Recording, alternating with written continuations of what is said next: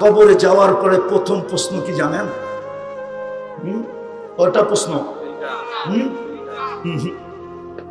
তিনটা আমিও মানি, কিন্তু মেইন প্রশ্ন একটা। কয়টা?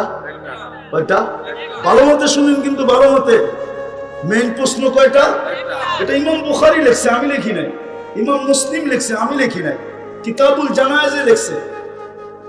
আমি 2 দিন আগেও পড়াইছি, আজকেও জোহরের পরে পড়াইছি ওই হাদিস।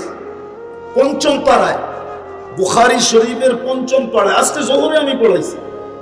মেইন প্রশ্ন কয়টা? একটা। এটা পারলো তো বাকি দুটা ওকে ওকে হয়ে গেল, এটা পারলো না তো বাকি দুটা ওকে হলো না। তিনটা আমি মানি, আবু দাউদ শরীফে আছে।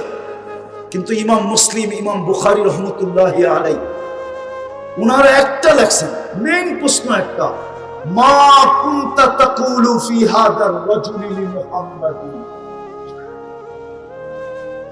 তুমি দুনিয়াতে মুহাম্মদুর রাসূলুল্লাহর আদর্শে কতটুকু আদর্শবান ছিলা বলো।